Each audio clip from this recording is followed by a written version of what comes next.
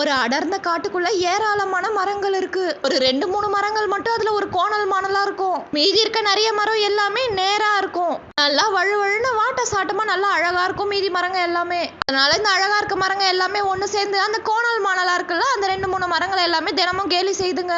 காட்டுல இருக்க அந்த விலங்குகள்லாம் இருக்கும்ல, குரங்கெல்லாம் வந்து அந்த கோணல் மாணலா இருக்க மரத்து மேல ஏறி உட்கார்ந்தா மீதி மரங்க எல்லாமே கிண்டல் பண்ணும். போயும் போயும் அந்த கோண மரத்து மேலேயே உட்கார்ற கோண மரம்னு சொல்லி எல்லா மரங்களுமே கிண்டல் பண்ணும். அதனால காட்டுக்குள்ள இருக்க விலங்குகள் இந்த குரங்குங்க கூட இந்த கோண மரத்து மேல உட்காராது. அதனால இந்த மரங்களும் ரொம்பவே மனசு உடைஞ்சு போகுது. நம்ம அழகா இல்லையேன்னு வருத்தப்பட்டு கடவுள்கிட்ட வேண்டுதுங்க.